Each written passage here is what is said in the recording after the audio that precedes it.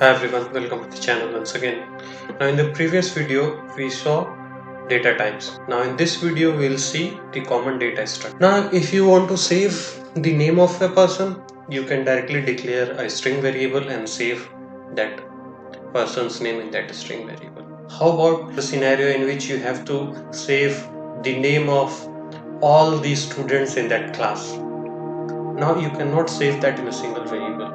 You cannot declare a name and then you start saving all the names of the students. There should be something where you can sequentially store the names of all these students so that it is easy to manipulate, it is easy to fetch, it is easy to update. So when these complex scenarios come, you get the result of data structures. So if the problem is not solved by the value type or by the reference type, then you go to data structure. Now there could be data structure could be arrays, it could be linked list, stack, queue, trees, hash tables and others.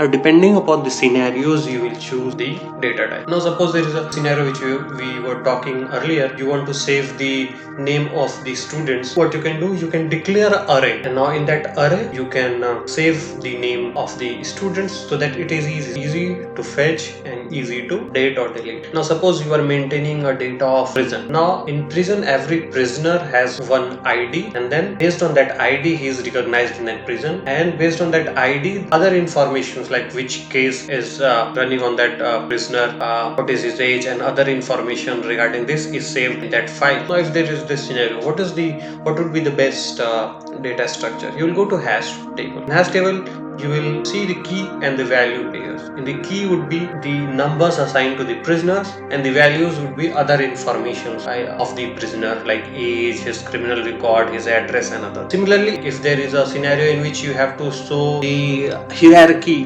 of the organization. So hierarchy could be manager and that senior manager, and then below senior managers there are two managers, and below two managers there are team leads, and then below team leads there are developers. Now if you want to save this hierarchy, the best data structure would be you go to tree. So similarly, based on the question in hand and the scenario, you will select the data structure. Now we'll study all this data structure and its complexities in detail. Let's go and study array first.